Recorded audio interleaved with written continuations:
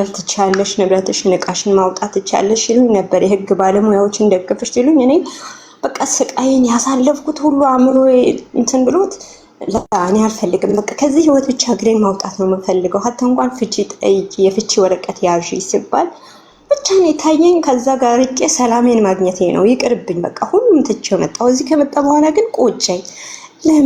ለምን እኔ በዋህነት ሁሉ አመት 4 አመት አሳለፍኩኝ ከሱ ጋር ምንም ሳልይዝ እንዴት በቃ እኔ ማንም ሴት መጣ ዛሬ ትጨፍርበታለች። ከኔ የምትማሩት ነገር ሴቶች አንድ ህይወት ታጠኑት ዝም ብላችሁ ገብታችሁ ከገባችሁ በኋላ ካወቃችሁ በኋላ በቃ ልጅ የሚባል ነገር በህይወታችሁ ባይመጣ እስክታጠሩ ድረስ የያዛችሁት ነገር በደንብ ይዛችሁ የዛኔ እንኳን ብርሽ አታውጩ ከአካውንትሽ ይቀመጥ ሲለኝ ወንድሜ ነው በቃ እኔ አፈቀርኩት ወደድኩት ችግር የለውም ወደኔ ያዛውርልኝ ብዬ አሰቃይቼ ነው ወደኔ ይዞርልኝ በሬን። በቃ ልጅ ራሱ ቤተሰቦቼ ልጅ ቆይ ትንሽ ተረጋጊ እያሉኝ አልሐምዱሊላህ ግን ያው በልጄ ልጅ ስለሰጠኝ አላህ ልጅ አልሐምዱሊላህ ልጄ በጣም ወደው ልጅ ነው የሰጠኝ። እዛ አልጸጸትም። ግን ምጸጸተኝ ለምን በቃ ያለኝ ነገር ለምን ይሻል ወጣሁም ልብሶቼ እቃዎቼ ቢያንስ እዛ ጋር ንብረቱ የለፋሁበት ነው፣ ብድር የተበደርኩበት ነው። ብድሩ እንኳን ከፍዬ አልጨረስኩም። በቃ ያን እናደዳለሁ፣ ይከፋኛል። እህቴ ያለች አጠገቤ በእርግጥ አሁን ላይ ደስተኛ ነኝ እኔ። ሰዎቹም ያለሁባቸው ሰዎች አሪፍ ናቸው፣ ደህና ሰዎች፣ ደህና ነገር ነው የገጠመኝ ያለሁበት። ግን ያን ያሳለፍኩት ስቃይ መከራ ግን ሳስበው ምን ሆኜ ነው ደንዝዤ ነበረ? ምን ተደርጌ ነው ያ ሁሉ 4 አመት በዚህ ሁኔታ ያለፍኩት? አሁን ነው የሚገባኝ። በቃ ገብቼ አንቺ ቤት ታሪካቸው ስሰማ ለምንድን ነው በቃ የኔ ህይወት እስከ ሞት ድረስ ያደረሰኝ? ምን ስላለኝ ነው? እዛ ጋር አንድ ልጅ ነው 2 ልጅ 3 ልጅ ሲሆን ይከብዳል። እናት አለኝ፣ ለእናቴ ሰጥቼ ለምን አልወጣሁም እስከዛሬ? ለምን ህይወቴን መስዋዕት ከፈልኩኝ ብዬ እናደዳለሁኝ። እና እንደዛ ሁኝ ወጣሁኝ ልሻለሁኝ። እኔ ያሳለፍኩ ታሪክ ከባድ ነው። በተለይ ለአረብ ሀገር ሴቶች ትማሩበታላችሁ። ተጠንቀቁ። ማንም መርጠውን እንወቅ። አሁን ጸጸት ይኸውልሽ፣ ጸጸት ኡምረዛል ጸጸት ያንቺን ህሊ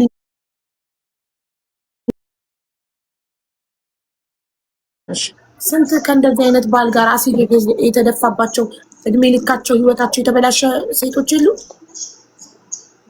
ስንት አካላቸው የጎደለ አንቺ ምንም ሳትሆኚ ከዚህ መጥፎ ግንኙነት አካልሽ ሳይጎል በሽታ ሳትሸምቺ በጤና መውጣትሽ ትልቅ ነገር ነው። ጦስሽ ውሰድ፣ ንብረት ጦስሽ ጥሙሳስሽን ውሰድ። ዋናው አንቺ ጤና። አንቺ በህይወት ካለሽ ሰርተሽ ታገኘዋለሽ።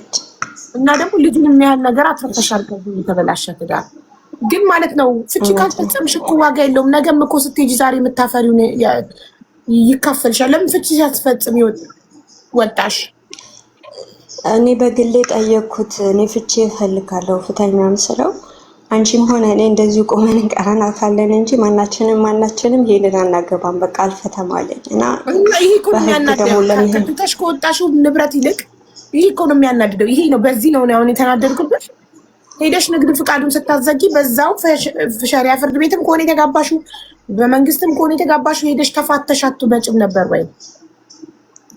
አው ሀቡ የኔ ጥፋት ነው። አሁን እኔ በዚህ ባላችሁ ሰዎች የምጠይቃችሁ ምናልባት የህግ አካል ካላችሁ ማለት ነው። እኔ ህጋዊ ነኝና ማነው ኤምባሲ ሄጄ ፍቺ ማድረግ ጠበቃ ቀጥረሽ ፍቺ ማድረግ ትችያለሽ ብለውኛልና የምጠይቃችሁ ነገር ቢኖር እባካችሁ የህግ አካል ካላችሁ። ምንም የህግ አካል ምናምን አያስፈልግም። ይሄ ወንጀል አይደለ፣ ይሄ እንትን አይደል፣ የፍትሐ ብሔርን ጉዳይ የጋብቻ ነው። ቤተሰብሽን አንዳቸውን ውክልና ስጪ፣ ወንድምሽ ወይ እህትሽ ወይ እናትሽ ወይ አባትሽ ውክልና ስጪ። ሄደው ያፋቱሻል በውክልና። ኤምባሲ ሄደሽ ውክልና ስጫቸው። ምንም ይሄ ሚዲያ ላይ ገንዘብሽ የምታወጭበት የህግ አካል የምትፈልጊበት ጉዳይ አይደለም። ኦኬ። እስከዛ ድረስ ግን ፍቺ እስኪፈጸም ድረስ ገንዘብሽን በእናትሽ ስም አድርጊ፣ በራስሽ ስም ምንም አይነት ንብረት እንዳይኖር። ኦኬ። አዎ እኔ አልክም። እኔ በወንድሜ ስም ነው የምልከው። በእኔም ነግረውኛል። በአካውንትሽ ከገባ አካፈላለሁ ይልሻል። አሁን ብርሽን ያዥ ብለውኛል። እስካሁን ወደ ኢትዮጵያ ብሬን አላኩም። ከላኩም በወንድሜ ስም ነው የምልከው። ጎበዝ። አሁን ይኸውልሽ የምታደርጊ ምን መሰለሽ? ውክልና ትሰጪና ለቤተሰቦች ሸሪያ ፍርድ ቤት ሄደው በውክልና የእሱ ፍቃድ አያስፈልግም። አብራችሁ እስካልኖራችሁ ድረስ ትፋቻለሽ። ግን ይኸውልሽ ከአንቺ ህይወት ሌሎች እህቶች መማር ያለባቸው የመጀመሪያ ጊዜ ሲልከሰከስ ሰውዬ የማይረባ ሰው ስትሆኚ ልጅም ሳትወልጂ እድሜሽንም ሳታባክኝ መፋታት ነበረብሽ። ያንቺ ያለፈው አለፈ፣ ተምረሽበት አለፍሽ። ደግመሽ እንደዚህ አይነት ስህተት ላይ አትወድቂም።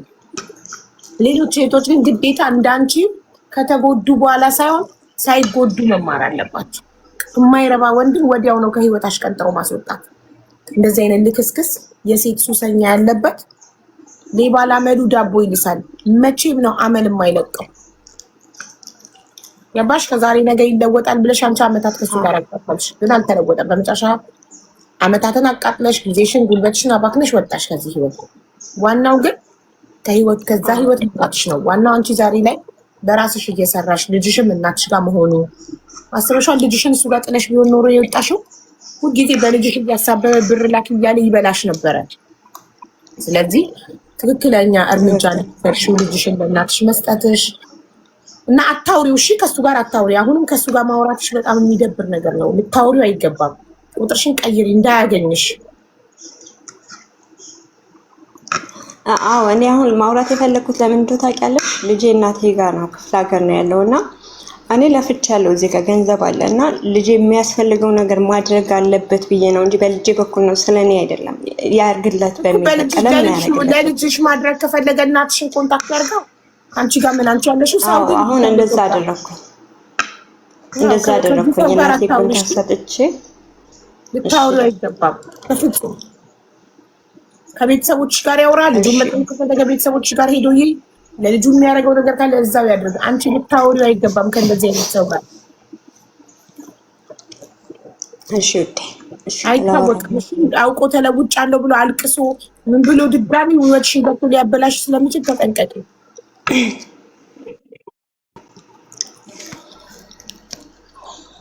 አደራሽን።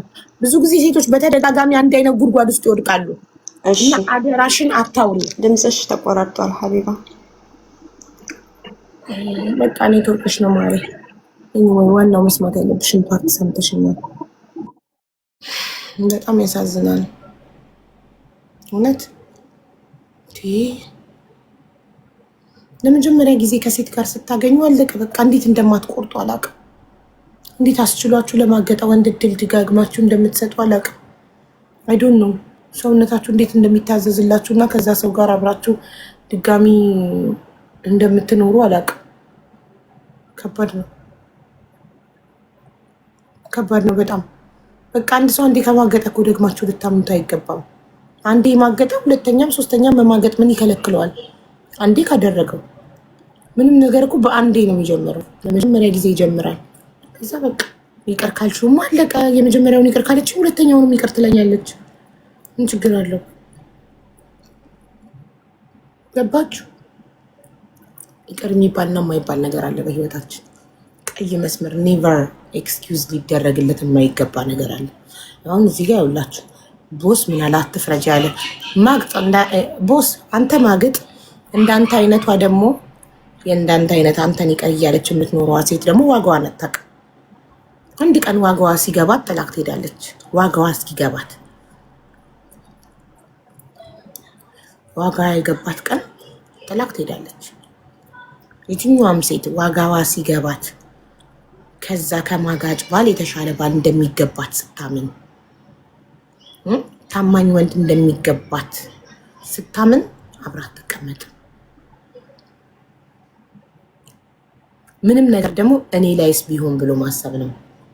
አንተ ሚስትክ ላይ ብትማገጥ ስትማገጥ ሚስቴ እኔ ላይ ብትማገጥ ምንድን ነው የሚሰማኝ ብለክ ብታስብ አትማገጥም፣ ህመሙን ስለምታውቀው። ሚስቴ እኔ ላይ ብትማገጥ ይቅርላታለሁ፣ ሚስቴ ከሌላ ወንድ ጋር ተኝታ መታ ይቅርታ ብትለኝ ይቅርታ አድርግላታለሁ ብለህ ለሰከንድ ካሰብክ አትደግመውም፣ አንተ አታደርገውም፣ አትማገጥም።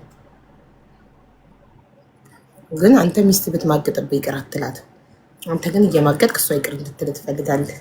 ኢዚት ፌር ፌር ነው ይሄ? ሰላም ወይ አቡ ሰላም ነው? እንዴት ነሽ? አለሁልሽ። ማለት ስላገኘሁሽ ደስ ብሎኛል። እሺ እኔ ማር አመሰግናለሁ። አስተማሪ ታሪክ አለኝ ብለሽ ጽፈሽ ነበር። አዎ እኔ እስከ አስተዳደጌ ነው የሚጀምርልሽ እስካለሁበት እና እኔ ተወልጄ የሚያደኩት ገጠር ነው የሆሳና ልጅ ነኝ እና እኔና ወንድሞቼ ስናድግ አባቴ ለውጪ ለሚያየን ሰው ሀብታም ነበረ። እኛ ግን ሀብቱ ቤት ውስጥ ለኛ ምንም የማይጠቅመን በጣም በችግር ነው ያደግነው። ግን አብዛኛው ጊዜ ያሳለፍኩት እኔ ነኝ ቤት ውስጥ ከነሱ ጋር ማለት ነው። እና ሁለቱም በጣም ይደባደቡ ነበረ፣ በጣም ይጨቃጨቁ ነበረ፣ በጣም ይጣሉ ነበረ። እናቴ በጣም ጀግና እናት ነች እና ግን ሐቀኛ ሰው ናት። ሰፈር ሰው አይወዳት ማለትም የአባቴ ቤተሰቦች አይወዷት እና በዛ ምክንያት እናቴ በጣም ብዙ መከራ ስታሳልፍ እኔ አብሬያት ሲያሳልፍ ነበርና እኔ አይምሮ በጣም ተጎድጄ ነው ያደኩት። እሷ ስራ ስትሄድ አብሬያት ነበር የሚሄደው። ግን ቤት ውስጥ ይሄ ላለ አባቴ ሽጦ ነው የሚጠጣው። በጣም ክፉ ጓደኞች ነበሩት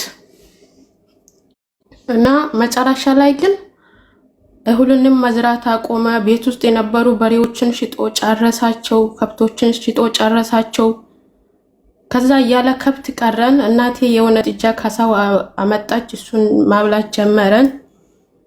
እኔና እናቴ ትምህርት እኔ ገብቼ ነበርና ትምህርት ቤት ሲሄድ አስተማሪው እያስተማረ ሌሎቹ እየተማሩ፣ እኔ ግን ቤት ውስጥ ማታ የሚፈጠረውን ነው ማስበው።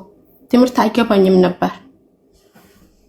ከዛ አባቴ ሰክሮ ሲመጣ አባቴ በህይወት የለም ነፍሱን ይማረው። ግን እንዲሆነም በጣም ነው የምወደው እኔ ብቻ ሳይሆን ሁላችንም እንወደዋለን እንደዛም ሆኖ። ከዛ እሱ ግን አመፀኛ ነው። ማታ እኔና እናቴን ተከትዬ ታዳለው። አንዳንዴ ተደብቄ ከኋላ እየሄድኩ እሷ የሚሰራበትን ማለት ነው። ሲራዋ ግን የሰው ቤት ውበት መጥረግ፣ ጓ መቅዳት ነበረ። ከዛ አንዳንዴ ፊት ለፊቷ ይሰድቧታል። ነገሩን ሰምተናል፣ ግን እንዳንሰማን እሷ እኔን ከኋላ ትቆነጥጣኛለች ልናገር ስል ማለት ነው። ያባርሩናል፣ ሳንሰራ እንሄዳለን ዝም በይ ትለኛለች። ከዛ አንዳንዴ እንደዛም ሆነን ለፍተን ስንመጣ እሱ ሰክሮ ይመጣና ዛሬማ አንቺን አላሳድርሽም አርድሻለሁ ምናምን ይላል። ያን ቀን እኔ ቁጭ ብዬ ነው ማድረው። እነሱ ይተኛሉ፣ እኔ ቁጭ ብዬ አድራለሁ። አሁን ከውን ተነስቶ ይመታታል እያልኩ ማለት ነው። ከዛ እያልን ታላቅ ወንድሜም አለ። ግን ታላላቆችም እንዲሁ በችግር ነው ያደጉት። ግን ሀብታም ነው አባቴ በጣም። እነሱም የሰው ቤት ሲሰሩ ሲለፉ፣ ሰው ሲቀጠቅጣቸው ሲደበድባቸው ብሎ ደግሞ እናቴን ራሱ ሌባ ናት ይላታል ምናምን። ሰፈር ደግሞ ሄዶ ይመሰክርባታል፣ ትታሰራለች። አንድ ቀን ደግሞ እኔና እናቴ ሁለታችንም ነበረንና የሆነ በግ ነበረ የራሱ ቀኑ ሐሙስ ነበረ። ራሱ ሄዶ ሽጦ ሰርቃብኛለች አላት። ሰው ሁሉ ሄዶ መሰከረበትና እሷ ታሰረች። ሰፈር ሁሉ ሄዶ መሰከረባት። ያን ቀን እኔ ደግሞ ቤት ውስጥ ብቻዬን ነበርኩ። እሷ ስታድር እሷ ልጆቿን በጣም ነው የምትወደን እኛን። ወይኔ እሷ እዛ አድራለች፣ ግን እኔ ለኔ ብላ ትመጣለች። እየመጣች መንገድ ላይ ጅፊ በላቲውን ሰው ይመታቲውን ምናምን እያልኩ ሳልተኛ እንድቹ አድሬ የሆነ ሌሊት ላይ እንቅልፍ ወሰደኝ ቁጭ ብዬ ባለውበት። ከዛ ህልም አየሁ። ያየሁት ህልም ደግሞ እናቴን ጅባልቷት እጇን እና እግሯን ምናምን አገኝቷት ማለት ነው። ከዛ ባንኛ ሲነሳ አባቴ መጀመሪያ ቤት አልነበረም። ቤት እንደሆነ ገብቶ ተኝቶ አገኘሁት። ከዛ በጣም የምወደው አባቴ ያን ቀን በጣም ጠላው። ከዛ እንደዚህ እያልን አደገን።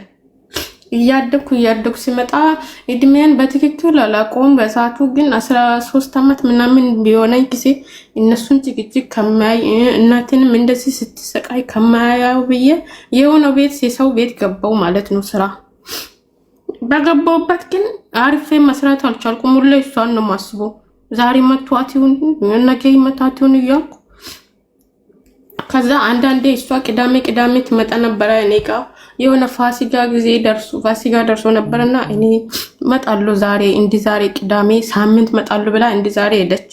ሳትመጣ ቀረች። ዛሬም በቃ ገሏታል ብዬ እንድቹ ሲጮ በቃ ሰውየው በቃ ልጅ እና በቃ አይተሽ ነው ምናምን ስለኝ ሲሄድ እውነትም ታማለች። እሷ አልመታትም፣ ግን ታማ አገኘዋት። እንደዚህ እያልን አደገን። ከዛም ደግሞ ትቼ ወጣው። በቃ እሷን ብቻዋን ጥዬም እኔ መስራት ሲያቅተኝ ማለት ነው። ከዛ ወጥቼ ደግሞ እንደ ወንድ ገጠር የሚሰራ ጭቃ ቤት ታውቂያለሽ? እዛ ጭቃ ቤት ሄጄ ከወንድ ጋር ጭቃ መለጠፍ ጀምሩ፣ ጭቃ መስራት ጀምሩ። እንዲሁም ሆኖ ከሰው ቤት የሚመጣ ነገር በቃ አይበረክትም። እኔና እሷና እሱ ነን። እንደዛ ሆነም ስንመጣ ግን እሷ በሷ ትለፋለች፣ እኔ በላይ ይለፋለሁ። እንደዚህ ሆኖ መጥቶ ማታ ይማታል፣ ይደባደባሉ፣ ይጣላሉ። እኔ ጥጌን ይዤ ያለቅሳለሁ። ከዛ እንደዚህ ይሆነን በጣም እሷ ሰው አይወዳትም። በቃ ማንም ጠዋት ሰው ሲሰበስብ ማንም አይሰማትም። በቃ ማንም የሚሰማት የለም። ሰፈር ሁሉ በቃ በጣም እሷን የሚወደው የሚሰራባቸው ሰዎችና እሷ ያደገችበት ብቻ ነው። ሰፈር ማንም አይወዳት። ከዛ እንደዚህም እየሆነን አንዳንዴ ጭቃ እጅ ይሰራሉ፣ አንዳንዴ እጅ ልስጥሮ ይሰራሉ። ታላቅ ወንድሜም እሱም ልስጥሮ ይሰራል። ቀን ስራ ነው የሚሰራው። ሰላም እየሰማሁሽ ነው። እሺ ማሪ፣ በዚህኛው አካውንት ይሰቅየውልሽ ገስት ላይ ባለው ቢ ፋሚሊ የሚለው የኔ ሰከንድ አካውንት ነው። በሱ እየሰማሁሽ ነው። ስነሳ የሌለው መስቶሽ እንዳታቆሚ። እሺ እሺ። ይኸውልሽ አይሽ በዚህ እየሰማሁሽ ከዛ እንደዚህ የሆነን እየኖረን አንዳንዴ እኔና እናቴ ለስራ የምንሄድበት ሰው ሁሉ እሷን ነው ኃይለኛ ብሎ የሚያያት ሰው ሁሉ ሌባ እንደሆነች ነው ማውቀው በሚያውቃት። ባለፈው አባቴ ሁሌ ከመላቴ የተነሳ አንዳንዴ ስራ ከድንበት እንጨት ሰርቃ ሄዳለች ይሏታል ምናምን። እኔ በጣም ይሳቀቃለሁ። መንገድ ላይ እየሄድኩም የሆነ እንደዛ ይሁንን። አንዳንዴ እኔና እናቴ የሰው ቤትም ስራ እየሄድን እናንተም ደርሳችሁልኝ እንደዚህ አይነት ቤት ትሰራሉኛላችሁ ምናምን ትላለች። ለምን በቃ የሰው ነው የምትመኘው ሁሌ። እኔ ደግሞ ሁሌ በቃ እናቴን መቼ ነው የምናሳርፋት እላለሁ። በጣም ነው እናቴ የምታለቅሰው። እኔ እንዳላይ ብላ በቃ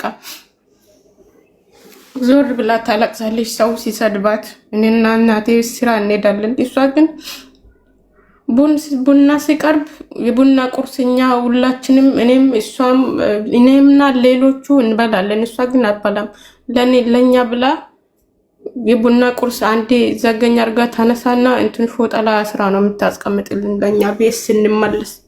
እንደዚህ የሆነች በቃ አንዳንዴ በራብ ትታመማለች። እኛ ግን የበላች ነው እንደበላች አድርገን ነው የምናስበው። እሷ ሳትበላ ትመጣለች። አንዳንዴ እሷ እዛ ትቅርና እኔ ቀድሜ እመጣለሁ ቤት ጥጇ ስለነበረች። ከዛ እንደዚህ የሆነን አንድ ጊዜ ቤት ልንሰራ ነበርና አባቴ ግን አያግዘንም። እንደዛም ሆኖ እሷ አያግዘንም። ክፉ ጓደኞች ስለነበሩት እነሱ እንደዚህ አታርግ እያሉ ሲመክሩት ስለነበረ አንዳንዴ እየተመካከሩም እኔ ደርሳለሁ። ሰምቼም ግን እንዳልሰማው ዝም እላለሁ። ለኛ ግን አባቴ በጣም ጥሩ ሰው ነው። አይመታንም ምናምን፣ እኛን አይነካንም። ከእናቴ ጋር ነው የሚጨቃጨቀው። ከዛ አንድ ቀን ግን በኃይል ተጣሉና ከቤት አባረረን እኔና እናቴም። የሆነ የጋብ ቤት ነበረና እኔና እናቴ እዛ ቁጭ አለን። በር ምናምን አልነበረውም። እዛ የሆነ ጅብ መጣ። እናቴ ጅቡን እንዲሰው ስታወራ ነበር። እኔን ወሰደኝ፣ ግን ልጄን እንዳልነገር ሰምቶ ነው መሰለኝ ጥሎን ሄዶ እሷ አልተኛችም። እኔ ግን ትንሽ ገደም ብዬ ነበር። እሷ ጉልበቷ ላይ ተኝቼ ነበርና እኔ ላይም እሷ ላይም ሁለታችንም ጉንዳን በቃ ባኬት እንደሆነ እንደመጣ አናቅም፣ ግን ጉንዳን በላን ሁለታችንም። በዛ ሌሊት ውጪ ወጥተን ጉንዳናችንን እኔ ከሷ አራግፋለሁ እሷ ከኔ ታራግፋለች ምናምን አደረን። ይሄ ሁሉ ሲፈጠር ሰው ሁሉ የሚያውቀው አባቴ የዋ ነው፣ ምስኪን ነው፣ ጥሩ ሰው ነው፣ ለኛ በቃ አይነካንም ምናምን ይሰጠናል ነው። ከዛ ጠዋት እዛ ውጪ ያለን ጠዋት ሲንገባ አንቺ ግቢ ግን እሷ አገባም ብሎ ከለከለ። እኔን አስገብቶኝ እሷን አገባም ብሎ ከለከላት። ከዛ ሁሉ እኔ እሷ ካልገባች እኔም አልገባም ብዬ ከጋሩ በር ወጥቼ ከሷ ጋር ሆንኩ። በቃ አንቺን ካልገባሽ ቁጭ በይ ብሎኝ ሲያባረን ሰፈር ሰብስበን ሰበሰበችና ምናምን ሽማግሌ ምናምን መጣ። የሚመጣው ሽማግሌ ሁሉ እንደዚህ በጉንዳን ተበልተን ውጪ አድረን ሁሉ የሚመጣው ሁሉ ለሱ ነው የሚመሰክረው። አንቺ ነሽ የነከሽው ይለዋታል ምናምን። በቃ መቼ ነው ለእናቴ ቀን የሚመጣው እያልን እያልኩ ነው ደግሞ ዝም ብዬ እንደዚህ ወንድሜም ሲመጣ እሷ ምናምን ለሷ አግሶ ምናምን ከተናገረ ይረግማል ምናምን ነገር ይሰድዋል። ከዛ እንደዚህም እየሆነን መጨረሻ ላይ መሬት ማከፋፈል ጀመረ። ግን ያከፈለውንም ለሷ ብሎ የሰጠውንም ራሱ ነው የሚሰራው፣ ራሱ ነው ሁሉም ነገር ማረገው። ይሄ ሁሉ ሲፈጠር ሰፈር ስለማይወዷት እሷ በጣም ጎበዝ ናት፣ በጣም ማለት ነው ጎበዝ ናት። ሰው ሁሉ ስለሚቀናባት ሁሉም ይመሰክሩባታል። በጣም በመከራ በሰቃይ አሳደገችን። ከዛ የሆነ ቤት ስንሰራ ወንድሜም ራሱ ሰርቶ እኔም ሰርቼ እሷም ሰርታ ነው። እንጨቱን ካል አልነበረን፣ ሁሉን ነገር ከውጪ ነው። ከዛ አንድ ቀን የሆነ እህል ምናምን ተሸክማ የሆነ ዳገት እየወረደች ወደቀችና እግሯን ተሰበረች። ከዛ እዛ እግሯን ተሰብራ ስትመጣ ራሱ ታማ ለመጠየቅ የሚመጣው ሰው ሊሰርቅ ነው እግሯን የተሰበረችው እያለ ሲማን ያጠፋል።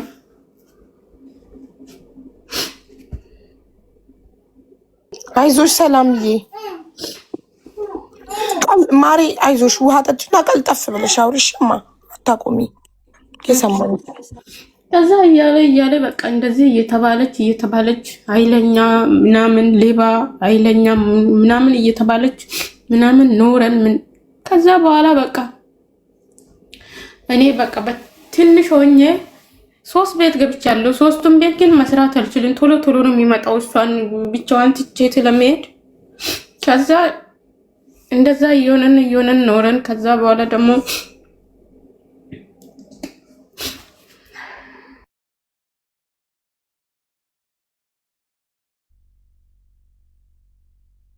ሰላም ወይ አቡ በጣም ያለፈ የቆየ ታሪክ ነው አይደለም ማሪ? የልጅነትሽ ነው አይደል? ያው አቡዬ። ስለዚህ በቃ ማሪ አልፏል እኮ ያ ጊዜ አልፏል። ተረጋግተሽ ውሃ ጠጥተሽ ቀልጣፍ ብለሽ አውሪማ፣ ፊትሽን ታጠቢ። አዎ። እና አሁን ግን እግዚአብሔር ይመስገን እሷ የተመኘችው መቼ እንደዚህ 100 ብር ይዤ እንዴት አመሰግናለሁ ምናምን ስትል አደገን። አሁን ግን አረብ ሀገር ወጥቼ ቤት ሰርቼላታለሁ። ምን ብያለሁ። አሁን ግን እኔ አረብ ሀገር ከወጣሁ 6 ዓመቴ ነው። ግን ብር ማስቀመጥ አልችልም። በቃ ብር መጀመሪያ እንደዚህ ብር አጥቼ ስላደኩ አንድ እንባል የሚያለቅስ ካየው ሰጣለሁ። ብር መያዝ አልቻልኩም አቡዬ፣ በታምር መያዝ አልቻልኩም። በቃ ያስጨንቀኛል ሲቀመጥ እኔ ጋር ብር ስኖር ማለት ነው። እና መጨረሻ እንድትመክረኝ ነው።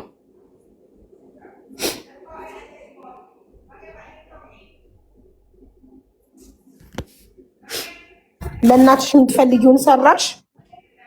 ቤቱን ሰርቼላታለሁ። ጭቃ እያስደረኩላት ነው። አሁን አባትሽ ህይወቱ አለፈ አይደል? ነፍሱን ይማረውና። አዎ አባቴ አልፎብኛል። ይቅር ብላችሁታል? አዎ እኛ ይቅር ብለናል። እናደዋለን እኮ እንደዚህም ሆኖ እኔ ይቅር ብያለሁ በበኩሌ። ጎበዝ። አባትሽን ይቅር ማለትሽ ትልቅ ነገር ነው። እና ብር መያዝ አልቻልኩም። ለማን ነው የምትሰጪው? ለእናትሽ የምትሰጪውን ብር ነው እንዳትሰጪ እንድመክርሽ የፈለግሽው?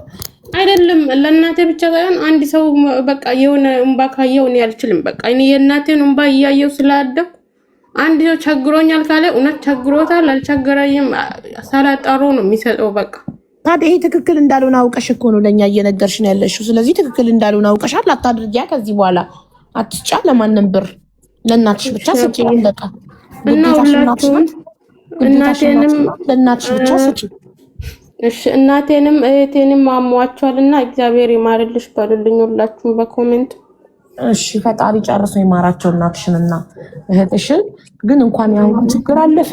እንኳን ዛሬ ላይ ከምንም በላይ የሚያስደስተው ነገር እንኳን ዛሬ አንቺ አድገሽ አረብ ሀገር መተሽ ያን ሁሉ ችግር እናትሽ ያሳለፈችውን እናንተን ለማሳደግ በየሰው ቤቱ እየተሰደበችም እየተንቋሸሸችም አብረሻት እየሄድሽ በጣም ደግሞ እኔ ልቤን የነካው ነገር ሲሰድቧት እናትሽን ወይ ደግሞ ሲያንጓጥጧት ሰምተሽ መልስ ስትሰጪ ዝም በይ፣ መልስ ከሰጠሽ አያሰሩንም፣ ስራው ይበላሽብናል ስትልሽ እናንተን ለማሳደግ ለማግኘት እየተሰደበችም ሰምቶ እንዳልሰማ ሆና ሰርታ አሳድጋ ዛሬ እዚህ ያደርሳችኋለች።